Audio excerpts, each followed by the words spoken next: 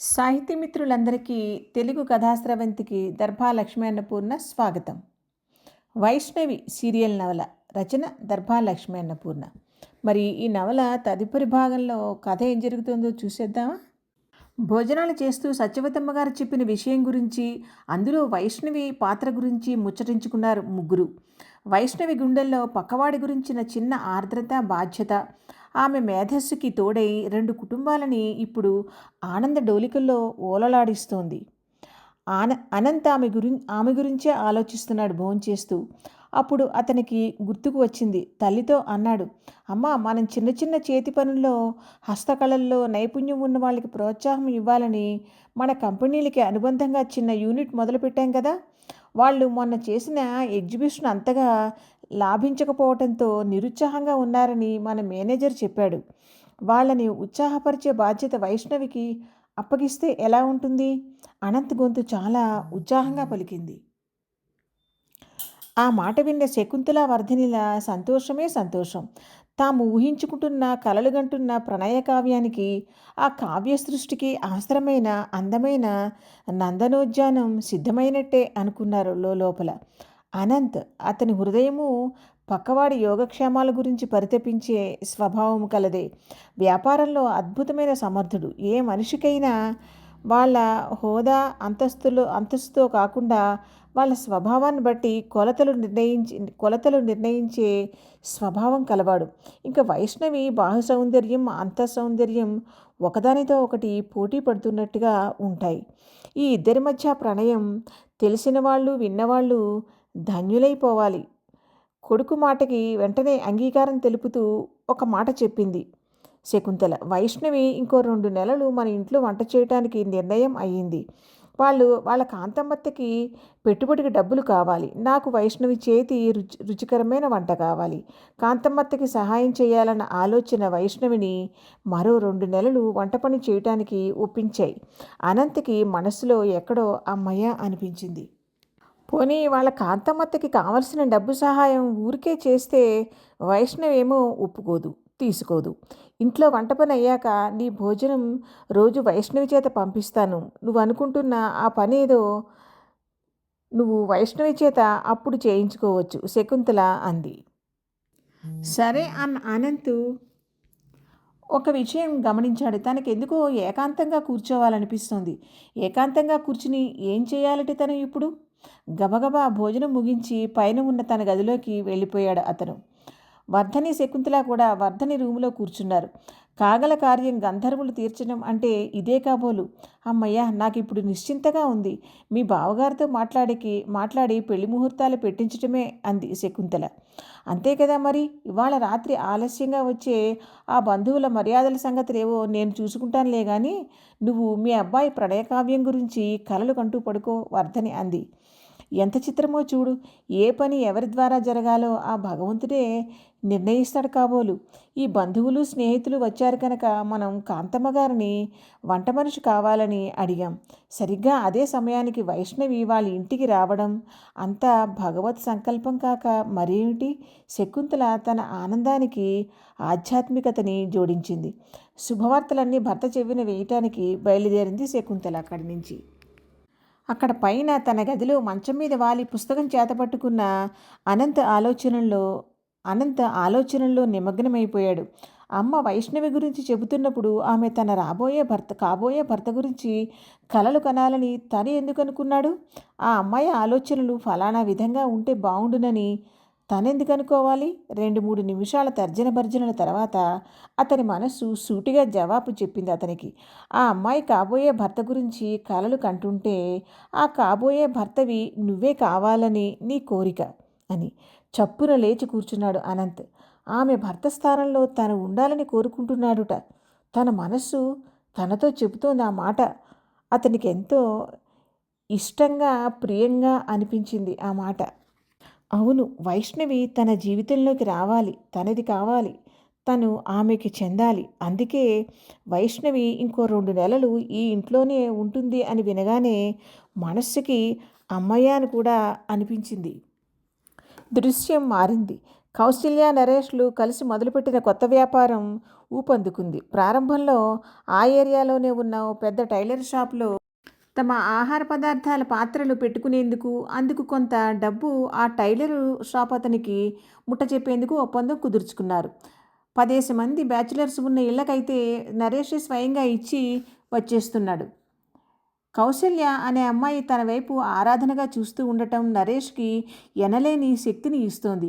ఈ అబ్బాయి తనకి జీవితాంతం తోడు ఉంటాడన్న భావం కౌసల్యకు కూడా ఈ ప్రపంచాన్ని రంగుల హరివిల్లులా చూపిస్తోంది. వాళ్ళిద్దరినీ ఒకరినొకరు అనురాగపు దృక్కులతో చూసుకుంటూ అలా ఉత్సాహంగా పని చేసుకుంటుంటే కాంతమ్మకి జీవితం పట్ల నమ్మకం పెరిగింది వాళ్ళిద్దరినీ చూస్తుంటే. ఇప్పుడు మిగతా ఇద్దరి పెళ్ళిళ్ళ గురించి ఆవిడకి దిగులుగా అనిపించటం లేదు. దృశ్యం మారింది. శకుంతల కోరుకున్న విధంగా అన్ని పనులు జరిగిపోతున్నాయి. వైష్ణవి ఇంట్లో వంట పని చూసి అనంత కోసం భోజనం తీసుకువెడుతుంది. భోజనం అయ్యాక ఆమెని తనే స్వయంగా హ్యాండీక్రాఫ్ట్స్ యూనిట్ దగ్గర కారులో దింపి వస్తున్నాడు అనంత్. ఆ సమయంలో అతని హృదయం ఆమెతో ఎన్నెన్నో కబుర్లు చెబుతోంది. అలా 10 రోజులు గడిచాయి. వర్ధని, శకుంతల ముందు అనుకున్నట్టుగానే ఏమీ తెలియనట్టుగా అనంత్ మీద పెళ్లిని గురించిన ఒత్తిడి తీసుకురావటం ప్రారంభించారు. తన మనస్సుని వైష్ణవ్ ముందు చెప్పేలా అతన్ని తొందర పెట్టడమే వాళ్ళ ధ్యేయం. అనంత్ భోజనం అయిన తర్వాత అతనితో కలిసి వాళ్ళ కంపెనీ ఆసరాగా నిలబడిన హ్యాండీక్రాఫ్ట్స్ అండ్ హ్యాండ్లూమ్స్ యూనిట్కి వైష్ణవిని తీసుకువెళ్ళి అక్కడ పద్ధతుల్ని, పరిస్థితుల్ని ఆకలింపు చేసుకోవటానికి అవకాశం ఇవ్వాలనే నిర్ణయం జరిగినప్పుడు శకుంతల వైష్ణవితో అంది, "నువ్వు భోంచేసి అనంత్కి క్యారేజ్ తీసుకువెళ్ళమ్మా" అని. అందుకు వైష్ణవి అంతగా సుముఖతను చూపించకపోవటం గమనించింది శకుంతల. నిజమే, ఎవరికైనా భోజనం పెట్టాలన్నప్పుడు, వడ్డించాలన్నప్పుడు మనమే ముందు తినేయటం ఎందుకో మనస్సు అంగీకరించదు. తినేవారికి కొసరి కొసరి వడ్డించలేమేమో అనిపిస్తుంది.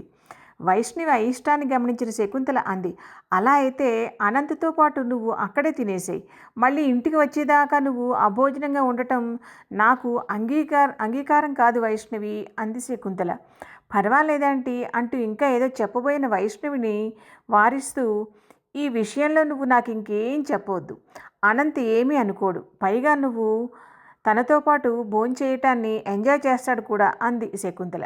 శకుంతల మాటకి ఇంకా అవుననక తప్పలేదు వైష్ణవికి. భోజనం తీసుకువెళ్ళటానికి మరి కాస్త పెద్ద క్యారేజీ, అక్కడ వైష్ణవి కూడా భోజనం చేయటానికి మరో కంచం తనే బ్యాగ్లో పెట్టింది శకుంతల. శకుంతల తీసుకుంటున్న శ్రద్ధకి వైష్ణవికి చాలా ఆర్ద్రంగా అనిపించింది. ఈ ప్రపంచంలో మంచివాళ్ళు చాలామందే ఉన్నారు అనిపించింది. "నేను అనంత్కి ఫోన్ చేసి చెబుతానులే, నువ్వు కూడా అక్కడే భోంచేస్తావని. ఎందుకంటే నువ్వు అక్కడి నుంచి బయటికి వెళ్ళి అక్కడి వాళ్ళతో పరిచయాలు చేసుకుని మాట్లాడి తిరిగి వచ్చేసరికి భోజనం వేళ దాటిపోతుంది. అందుకు అనంత్ కూడా ఒప్పుకోడు." వైష్ణవి వైపు ఆమెకు తెలియకుండా తదేకంగా చూస్తూ అన్నది శకుంతల. గోధుమ రంగు బ్యాక్గ్రౌండ్ మీద చిన్న చిన్నగా ఆరెంజ్ కలర్ లతలు ఉన్న చుడీదార్లో ఒత్తుగా ఉన్న జుట్టుని జడగా అల్లుకున్న ఆ తీరు శకుంతలకి ముచ్చటగా, ముగ్ధ మనోహరంగా అనిపించింది. సామాన్యంగా వైష్ణవిని కారులో తీసుకువచ్చిన డ్రైవర్ వెళ్ళి వైష్ణవి భోజనం తీసుకువచ్చిందని చెప్పాక వచ్చాడు ఈ 2-3 రోజులు అనంత్ రూములోకి. మొదటిసారి బయటికి పని మీద వెళ్ళాలని సాకు చెప్పిన శకుంతల ఆ తర్వాతి రోజు అభ్యర్థనగా అన్నట్టుగా అంది, "ఓ 4-5 రోజులు అనంత్కి నువ్వే భోజనం తీసుకెళ్ళి వడ్డించకూడదు" అని అడిగింది. ఆ వడ్డించడం అన్న మాటని మాత్రం ఆవిడ చెప్పటం మర్చిపోకపోవటాన్ని వైష్ణవి గ్రహించి చిన్నగా నవ్వుకుంది. వైష్ణవి తర్కానికి పోకుండా సరేనంది. ఈరోజు వైష్ణవి వచ్చేసరికే అనంత్ డైనింగ్ హాల్లో ఆమె కోసం వేచి చూస్తూ ఉన్నాడు. క్యారేజ్ తీసుకొచ్చి డ్రైవర్ టేబుల్ మీద పెట్టి వెళ్ళిపోయాడు. ఆ మరుక్షణం లోపలికి అడుగుపెడుతున్న వైష్ణవి మీద ఒక్క క్షణం పాటు అనంత్ దృష్టి అతనికి తెలియకుండానే నిలిచిపోయింది. "రండి" అన్నాడు చిరునవ్వుతో. డైనింగ్ హాల్లో ఒక పక్కగా ఓ 10 మంది దాకా కూర్చునేందుకు వీలుగా విశాలమైన సోఫా సెట్ ఉంది. తను కూర్చున్న సోఫాకి ఎదురుగా ఉన్న సోఫాని చూపిస్తూ, "కూర్చోండి" అన్నాడు అతను వైష్ణవిని ఉద్దేశించి. 2-3 రోజులుగా అతని కోసం భోజనం తీసుకురావటం, వడ్డించటం చేస్తూ ఉండటంతో ఇద్దరి మధ్య ఆ సంకోచభావం అన్నది తగ్గింది. అలా అని ఎవరి ఎదుట భయంతో, సిగ్గుతో ముడుచుకుపోయే స్వభావం కాదు వైష్ణవిది. అనంత్‌కి ఆమెలో మరింతగా నచ్చే విషయం అదే. నిన్న అనుకున్నాం కదా! మనం ఈరోజు హ్యాండీక్రాఫ్ట్స్ అండ్ హ్యాండ్లూమ్ యూనిట్‌కి వెళ్దామని. మరి మీరు సిద్ధమేనా అందుకు? మిమ్మల్ని సంప్రదించకుండా ఈ నిర్ణయం తీసుకున్నందుకు క్షంతవ్యులం. చేతిలో ఉన్న పుస్తకాన్ని టీపాయ్ మీద పెడుతూ అన్నాడు అనంత్. అరే అదేం పర్వాలేదు. నాకు అటువంటి వాటి గురించి తెలుసుకోవటంలో ఆసక్తి ఉంది. అవకాశం వచ్చినందుకు ఆనందంగా కూడా ఉంది అంది వైష్ణవి. తనకి తెలియకుండానే ఆమెని తన సామీప్యంలో మరింతసేపు ఉంచుకునేందుకే తన మస్తిష్కం కాస్తంత వేగంగా పనిచేసిందన్న విషయం అనంత్కి ఇంకా అవగతంలోకి రావటం లేదు. అఫ్కోర్స్ ఏ సమస్యకైనా ఎవరి సమస్యనైనా పరిష్కరించటాన్ని ఇష్టమైన బాధ్యతగా తీసుకునే ఆమె వ్యక్తిత్వము అందుకు ఓ ముఖ్యమైన కారణంగా నిలుస్తుంది. అతనికి ఓ స్వప్నం కూడా ఉంది. ఆర్థికంగా తమ వ్యాపార సామ్రాజ్యాన్ని 3 పువ్వులు 6 కాయలుగా విస్తరింపచేయటమే కాకుండా సమాజంలో సరైన వ్యవస్థీకరణ లేక, ప్రోత్సాహం లేక నష్టాల పాలవుతూ క్రమంగా కనుమరుగైపోవటానికి చేరువవుతున్న కొన్ని కుటీర పరిశ్రమలకి, హస్తకళలకి, చేనేత పరిశ్రమలకి కొంత అండగా నిలబడాలన్నది అతని అభిమతం. ఇదిగో ఇక్కడే అతనికి వైష్ణవి అంటే మరీ మరీ ఇష్టంగా అనిపిస్తోంది. ఇద్దరి ఆలోచన తీరులోనూ ఒక విధమైన సామీప్యత ఉంది. ఆ సామీప్యతలో ఎన్నో కొత్త కొత్త కళల్ని ఆవిష్కరింపజేసుకుని వాటిని సాకారం చేసుకోవచ్చు. ఎటువంటి సమస్యనైనా చురుగ్గా అర్థం చేసుకోగల శక్తి ఉంది వైష్ణవికి. ఎందుకంటే ఎదుటివారి సమస్యలని పరిష్కరించటంలో ఆమెకి ఆర్ద్రత ఉంది కనుక. ఒక క్షణం మౌనం తర్వాత అన్నాడు అనంత్. ఈ కుటీర పరిశ్రమల్లో తయారయ్యే అద్భుత కళాఖండాలు చివరిగా కొనుగోలుదారు చేతిలోకి చేరే క్రమంలో జరుగుతున్న దోపిడీ గురించి మీకు అవగాహన ఏమైనా ఉందా వైష్ణవి అని అడిగిన అనంత్ వైష్ణవి జవాబు చెప్పేలోపుగానే మీరు చదువుకుంటున్నది కామర్సే కదూ అన్నాడు మళ్ళీ. అవును. ఏ కళాకృతులైనా నిత్య జీవితంలో ఉపయోగించే వస్తువులైనా తయారు చేయటం పూర్తయ్యాక అది వినియోగదారుణ్ణి చేరటానికి ఎంతమంది చేతిలో మారాలి. అటువంటి వ్యవస్థ సవ్యమైన పద్ధతిలో న్యాయబద్ధంగా ఉంటే తయారీదారులకి లాభసాటిగానే ఉంటుంది. వారికి చేరవలసిన లాభం వారికి చేరితే వాళ్ళు మరింత ఉత్సాహంగా క్రియేటివ్గా పనిచేస్తారు. కానీ మధ్యదళారుల దోపిడీ ఎక్కువ ఉంటుంది. వస్తువుని తయారు చేసిన వాళ్ళకి న్యాయబద్ధంగా దక్కవలసింది దక్కకపోతే వాళ్ళ జీవితాలు అస్తవ్యస్తమై చేస్తున్న పని మీద మనస్సుని పూర్తిగా లగ్నం చేయలేకపోతారు. అలా అని వస్తువుని తయారు చేయటం దగ్గర నుంచి దానిని అమ్ముకోవటం వరకు వాళ్ళే చూసుకోవాలన్న కష్టమే అవుతుంది. 2 విభిన్నమైన రంగాల మీద దృష్టి పెట్టవలసి రావటం అసలు పని మీద ప్రభావాన్ని చూపిస్తుంది. అనంత్ అడిగిన విషయంలో తనకి ఉన్న అవగాహనకి మాటల రూపం ఇచ్చింది వైష్ణవి. అనంత్ కళ్ళల్లో ఆమె ఆలోచనా శక్తికి, విశ్లేషించిన ఆ తీరుకి ప్రశంసల వర్షం కురిసింది. దేనికైనా మనిషిలోని సహజమైన నిజాయితీ తత్వం, అంతరాత్మ మాటని మన్నించి నడుచుకోవటం అంటూ ఉంటే అందరి జీవితాలు హాయిగా ఉంటాయి. వీటన్నిటి మీద నియంత్రణ కోసమని నియమించబడ్డ అధికారులే ఆ మధ్య దళారులతో చేతులు కలిపి ఉత్పత్తిదారులకి అన్యాయం చేస్తున్నారు. అనంత్ సాలోచనగా అన్నాడు. వైష్ణవి కూడా ఆ విషయమై ఆలోచిస్తున్నట్టుగా మౌనంగా ఉండిపోయింది. మొత్తం ఈ కుటీర పరిశ్రమలకి, చేనేత కుటుంబాలన్నిటికీ మనం న్యాయం చేయలేకపోయినా కొన్ని కుటుంబాలనైనా తీసుకుని వాళ్ళకి సహాయ సహకారాలు అందించాలన్నది మా కంపెనీ అభిలాష. ముఖ్యంగా నాన్నగారికి నాకు ఈ కోణంలో ఏదైనా చెయ్యాలని ఉంది. మీ మనస్తత్వాన్ని అర్థం చేసుకున్నాక మీరు ఇందులో యాక్టివ్ రోల్ ప్లే చేయగలరని అనిపించింది. ఎందులోనైనా మనస్సు పెట్టి పనిచేస్తే అదే సమస్యకి మునుపెన్నడూ లేని కొత్త కొత్త పరిష్కార మార్గాలు వెలుగులోకి అన్నది నా అభిప్రాయం. ఊరికే మీకు ఈ విషయం గురించి ఎందుకో చెప్పాలనిపించి ఇప్పుడే చెప్పాను. కానీ మీ చదువు అయిపోయిన తర్వాత మీకు సరేననిపిస్తే ఆ ఇద్దరి మధ్య వారధిగా ఉండే పాత్ర వహిద్దురు గాని అన్నాడు అనంత్.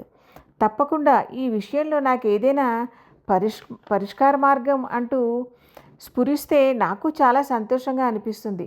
మీ భోజనం అయిన తర్వాత ఒకసారి అక్కడికి వెళ్ళి చూసి వద్దాం అన్నారుగా. అద్భుతమైన అందాలతో బయటికి వచ్చి చూపరుల హృదయాల్లో ఆహ్లాదాన్ని కలిగించే ఆ కళాకృతుల్ని ఎలా తీర్చిదిద్దుతారోనన్న కుతూహలం కలిగింది వైష్ణవికి.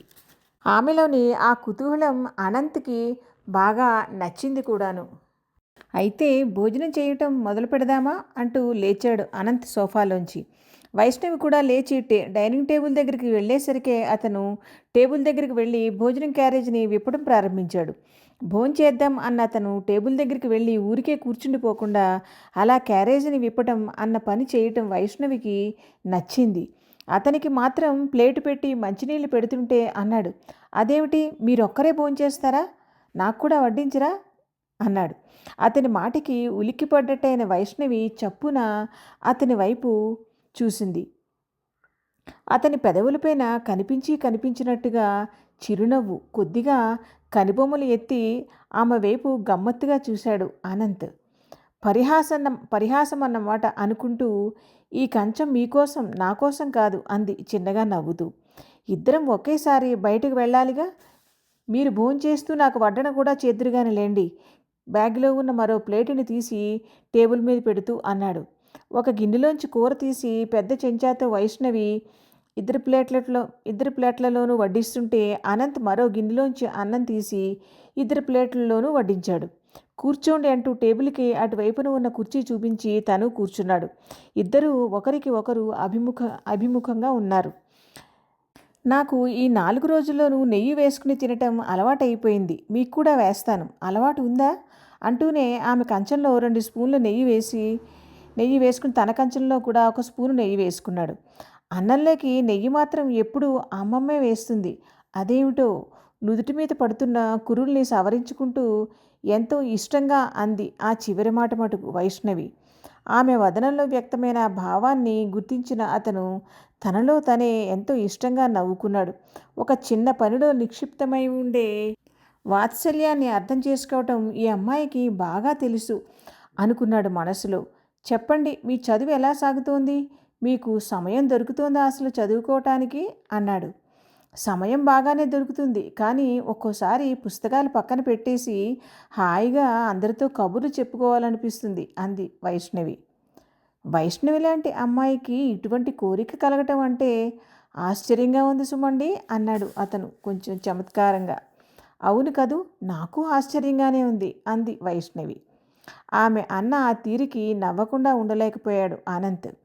ఒక్కోసారి చిన్న చిన్న అపరాధాలని ఒప్పేసుకోవడంలో ఉండే తీయదనమే వేరు అన్నాడు.